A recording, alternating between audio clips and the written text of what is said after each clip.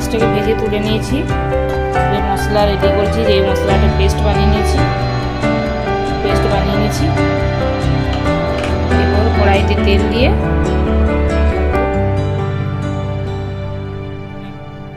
পাঁচফোড়ন, গরম মশলা,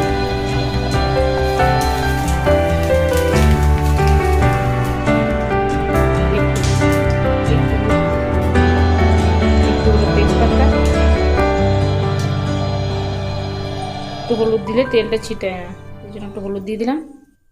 তারপর বানানো পেস্টটা দেব। আগে থেকে বানিয়ে রাখা আদা, রসুন, পেঁয়াজ, কাজু, লঙ্কা সমস্ত কিছু পেস্টটা দিয়ে ভালো করে ফ্রাই করে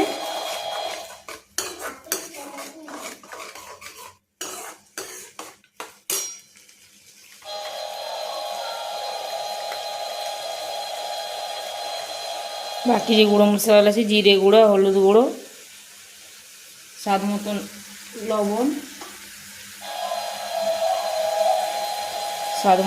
অ্যাড করছি।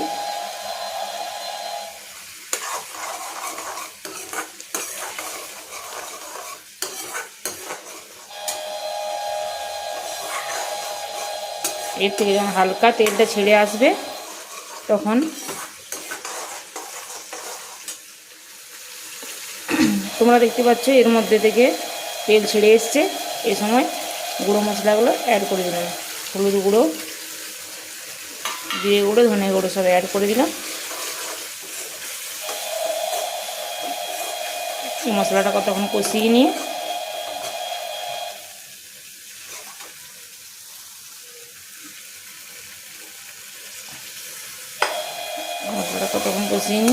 ভালো করে কষিয়ে নিই মাছগুলো দিয়ে।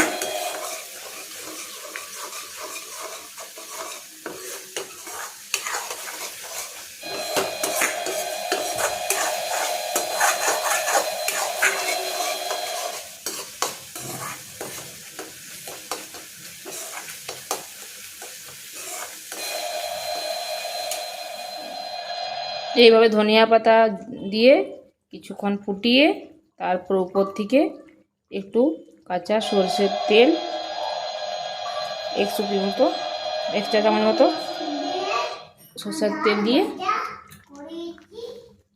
রেডি হয়ে গেল ফিশ কারি। এটি আপনারা রুটির সাথে, রাত্রে রুটির সাথে এবং দুপুরে ভাতের সাথে জমিয়ে খেতে পারবেন।